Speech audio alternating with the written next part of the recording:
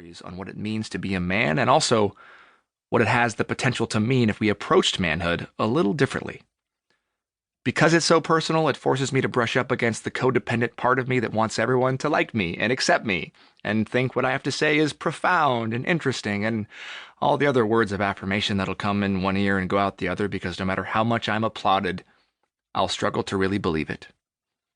But I'll have no problem believing the other ones, the negative ones, the mean ones, the ones that reinforce that I was right, that maybe I shouldn't have written this book, the ones that force me to ask myself the question, what do I really have to offer?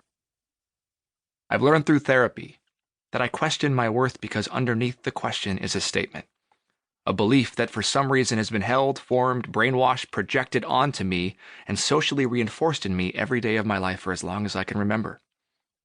That belief is that somewhere, deep down, who I am as a man, a friend, a son, a father, a brother, a husband, an entrepreneur, an athlete, an ex, is just simply not enough. Enough. Enough. Enough. Enough of what? How much is enough? How do we know if it's enough? Who even decides what enough is? By whose standards am I even comparing myself to? Sometimes I wish we could, just for one day, be real with each other. Just one day. To say what we mean and to mean what we say. I wish we could expose our innermost guarded and protected secret dreams and fears. A day of vulnerability, of openness, of true freedom where we show up just as we are.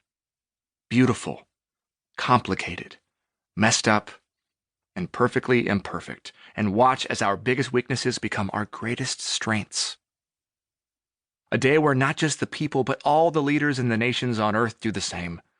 Where for once we realize that not only do we all have no idea what the hell we're doing here, but that more than anything, if we are ever going to figure it out, we need to lean on each other to do so. Now, odds are this dream will never become a reality, but it doesn't mean you and I can't model it, that we can't practice it. And like any other socialized behavior, start the socialization by passing it down to future generations, even if we aren't perfect at it. Perfect. I don't think I've ever liked that word. But imperfect. Now that is a word I like. There's something about it that has always drawn me in, something I've always connected to. Ironically, it's also become a word I use a lot as a goal in much of my work. Whether it's the way I shoot my films or the messiness of how I try to use social media, there's just something about imperfection that recently has become a goal of mine. Maybe it's because for so long I felt like I was not enough, and creating a goal of imperfection became a way for me to cope with and accept my own imperfections. Or maybe it was the realization that true perfection is unattainable. And as a believer in God, a higher power, the universe, I believe that perfection ironically exists in the imperfections. Then one night, in a conversation with my wife Emily, I realized what I had missed had ironically always been there from the start. And all I had to do was look at the damn word. I'm perfect. Being imperfect was the very thing that in fact made me perfect. Even the word itself was telling me. So if our imperfections lead so many of us into this feeling of lack, of not being good enough or enough as it relates to our work, our friendships, romantic relationships, then maybe it's time we rethink what being enough even means. We need to. We have to, because enough is enough. So why now? Why this book?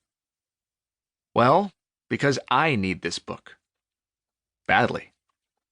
I needed this book as the 10-year-old boy who was shown porn for the first time long before his body or mind was ready for it, likely paving new neural pathways linking images of naked women to happiness and false feelings of self-worth. Images that he would later use to attempt to fill voids in his life. Voids that when he was not aroused and in the moment of using porn would be replaced by shame. I needed this book as the 18-year-old freshman in college who felt the need to prove his masculinity by hooking up with as many girls as he could without any regard for their feelings or attachments in the process. And as the 20-year-old who didn't know how to say he wasn't emotionally ready to have sex for the first time. And as the